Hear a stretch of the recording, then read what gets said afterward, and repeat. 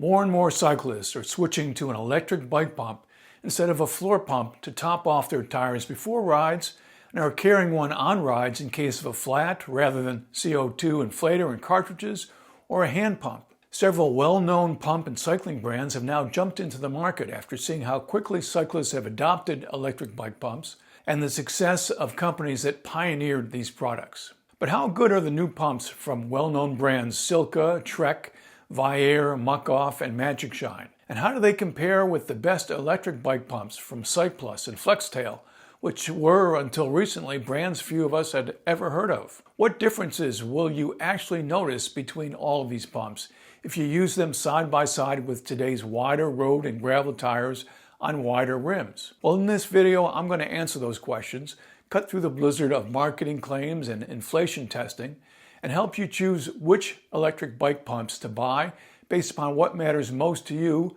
and how you'll actually use them in the real world. And at the end of the video, I'll answer the one question I've been asked more often than any other since the first review of these pumps that I did almost a year ago, but I couldn't answer until now. Hi, I'm Steve from the In the Know Cycling website and YouTube channel. Let's roll. Let me give you my bottom line recommendations at the top of this video. If you're a modern road or gravel cycling enthusiast, you'll want an electric bike pump that, number one, has a digital pressure display. Number two is small enough to carry with you on rides.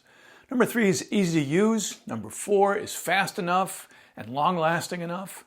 Number five inflates the size tires and wheels you ride today. And number six sells for a competitive price. Against that description, and among all the pumps from well-known and lesser-known brands that I've reviewed, the Flextail Tiny Bike Pump Pro is the best one I've used and the one I recommend. It delivers the best combination of design, performance, and price. Now, if carrying the smallest and lightest pump matters most to you, then you'll want the Cycplus AS2 Ultra Tiny. And if you're a multi-day adventure rider or going on a backpacking trip, get the Silca Electrico Ultimate. It delivers the most inflations on a single charge and still fits in a bike bag. You can find the links and discount codes for these pumps at the best prices from stores I trust in the description box below. Now, I don't recommend two pumps, the Trek Air Rush and the Magicshine Aero Mini. They have too many usability flaws.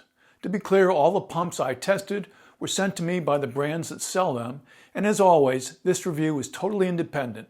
I don't have any sponsors or run any ads during my videos that could cloud my recommendations. Now, if you want my full write-up, including my test methodology, detailed comparisons of the pump designs, performance, and prices, and the differences that matter most in use, you can find it on the inthenowcycling.com website using the link below. Now, before I explain why those pumps I just recommended came out at the top, I want to be clear about something. I measured everything you'd expect, and some things other reviewers haven't. 28 and 32 millimeter road tires on rims with 23 and 25 millimeter internal widths. 45 and 50 millimeter gravel tires on rims with 25 and 30 millimeter internal widths. Inflation speed, inflation reps, charge time, pump noise, weight, and size. And with a few exceptions, there's so little difference between pumps on those things that you either wouldn't notice them if you use them back to back in real world conditions, or they shouldn't matter to you if you do. Let me give you a few examples to make my point. Yes, some pumps are faster, others are slower. The Silca, for example, is clearly faster, the Trek is clearly slower. But most of the rest of the pumps, so there's a 10 to 15 second difference if you're inflating from a totally flat tire to the recommended pressure for a 200 pound or 90 kilogram rider in the combinations of rims and tires that I tested. And I would argue even a 20 to 30 second difference, what I got between the average pump and the fastest or the slowest, is not going to be something you'll notice or should matter in the 5 to 10 minutes it takes you to deal with the occasional flat on the side of the road. If you disagree, let me know in the comments below. I do want to hear from you. And the difference between the fastest and slowest pumps when you're adding just 5 psi to top off your tires, it's about 3 or 4 seconds. The same goes for whether you can get 3 or 4 or more inflations out of these pumps on a single charge. When's the last time you flatted more than 3 times on a single day ride? Have you ever carried enough tubes or CO2 canisters to even deal with 3 flats? Same story with weight and size. The differences are mostly too small to matter. Yes, the Cycplus is 35 grams lighter and marginally smaller, but unless you're a weight weenie, you won't notice that difference. You will notice the chunkier 90-gram heavier Silca, and that's why I only recommend it for multi-day riders who might need to fill 5 or more flats if you're riding rough terrain. Pump noise, within a few decibels, all loud. Charge time, even the slowest takes less than the time it takes to charge your bike computer or radar detector, and you're likely to put it on a charger and walk away for a few hours or overnight. I'll tell you how long they last without a charge at the end of the video. All this is why I don't rank these pumps based on their performance results or their specs, and why I don't recommend you buy them based on those reasons.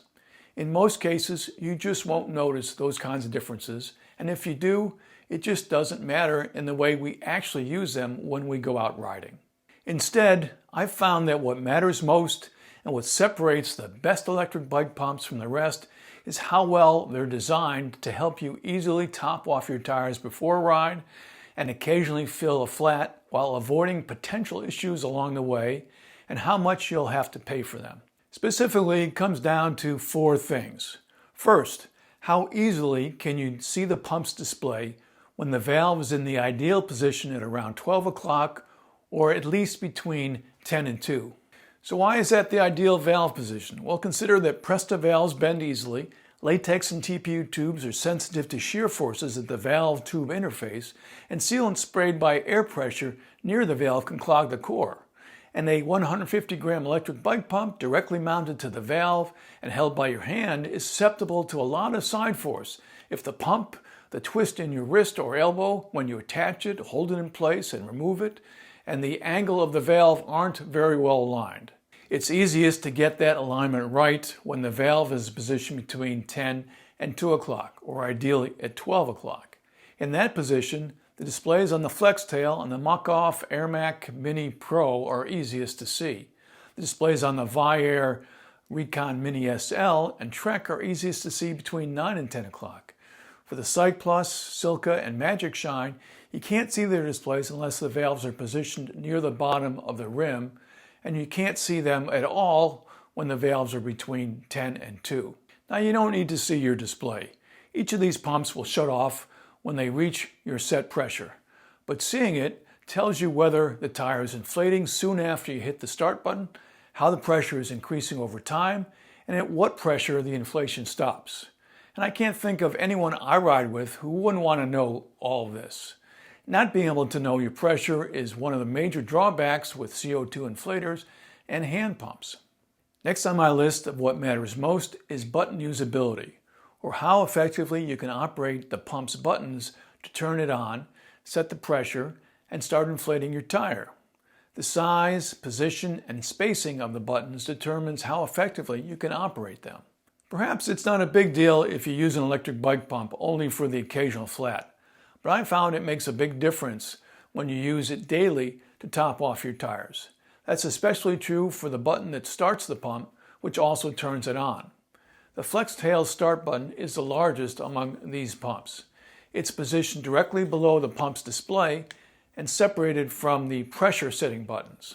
Those sit along the pump's edge and work like a rocker switch. The Muc-Off also smartly separates the start button from the pressure setting ones, but you have to twist your wrist a little bit and hold it there while you inflate your tire. The other pumps have their buttons stacked together, which makes operating the start button a little bit less intuitive. With your valve positioned ideally, you won't be able to see any of the buttons on these other pumps once you attach them to the valve. Instead, you'll need to feel for the start buttons. Now, most of us will instinctively put the valve in a position where we can see the pump's buttons and display. Now, that won't be between 10 and 2 for all but the Flextail and Muc-Off, and will be problematic for the reasons I laid out earlier. The Cycplus and VIAIR pumps, while they have the smallest buttons, are more tactile and easier to find than the larger buttons on the Silca, Trek, or Magicshine. Unlike the others, Silca's buttons have space between them, but they're recessed, which makes them a bit harder to locate by feel. The third key to a pump's effective use is how securely its nozzle holds the tire valve. With the Trek and the Magicshine, I had to keep their nozzles very well aligned with the valve and apply constant force to the pump. Otherwise, the pressure would jump around, and sometimes the pump would stop, showing it had reached the target pressure even though it hadn't. The nozzles on the other pumps held the valves very well. Regardless of how far the nozzle extended beyond the body of the pump, the nozzle chamber felt deeper and held more of the valve. They seemed to lock the valve in place and continued increasing in tire pressure even when I deliberately wiggled the pump out of alignment. The price difference between these pumps is pretty big. Some are more than twice as expensive as the others. On the one hand, it's a bit hard to figure since they use many of the same components. And several, like the Flextail, Cycplus, and Silca, while they have different designs, are manufactured by the same company. Yet I expect each pump's parent company has different overhead, different distribution networks, marketing expenses, tariff costs, profit goals, and who knows what else. The result is prices ranging from $61 to $143 with my discount codes, as you can see in the links in the description box. I don't think you'll find these pumps any cheaper anywhere else, so feel free to use those links if you're going to buy one of these pumps. Now when you do, it won't cost you anything more, and you will help keep this channel free from interruptions and influence of ads and sponsors. And while I'm at it, if you're finding this video helpful or useful, please like it and subscribe to the channel. Thank you. Very briefly, here's my summary of each pump. The Flextail is the best overall and the one I recommend when it comes to differences that matter to how you'll actually use these pumps in the real world. Those things being its display visibility, the button usability, and nozzle hold. Its inflation, speed, reps, charge time, its size and weight are competitive with the rest and you won't notice any difference. And it also has the best price. If you're looking for the lightest and smallest pump, get the Cycplus. If you want the longest lasting or fastest inflating pump, go with the Silca. Now for those two pumps, their usability isn't the best and I don't think most riders will get any benefit from what distinguishes them, but if you're looking for those features, you can get them from those two pumps. The VIAIR and Muc-Off have some strengths and weaknesses, but overall they lag the Flextail and don't stand out on any single feature that would cause me to recommend them. As I mentioned at the top, I don't recommend the Magicshine or Trek. Their loose nozzle hold disqualifies them for me. The Magicshine had a warranty issue right out of the box that wasn't resolved. I actually went out and bought another one to finish this test. And the Trek was so much slower than the others that I actually did notice without having to time it.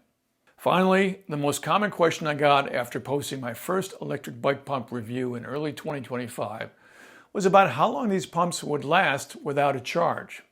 The question usually went along the lines of, if I leave one of these in my saddlebag for months, will it be dead when I really need it to blow up a flat tire? My experience says that you'll be good. The pump will be fully charged. Here's why I say that. Last year, I kept two of the pumps I had first tested, a larger Cycplus, in my road bike saddlebag and an inexpensive GPU Tech in my gravel bike bento box. Fortunately, I didn't flat all season, so I never needed to pull them out. When I finally did pull them out, after the testing of the other pumps that I just talked about for this review. Okay, so let's pull out the first one. This is the GPU Tech, and let's see if it fires up.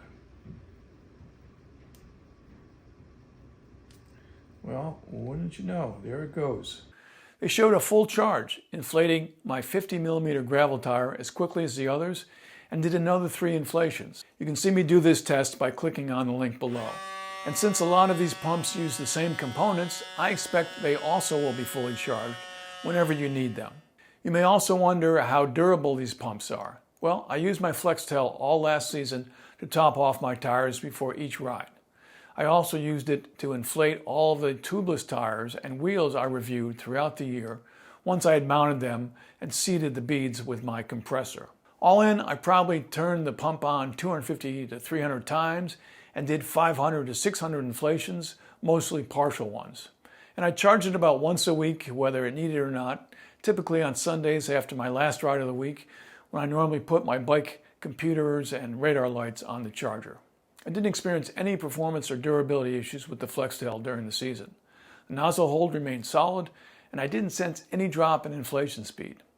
Well, I tested a new Flextail for this review. I also ran this now year-old Flextail with its 500 plus inflations through the same test.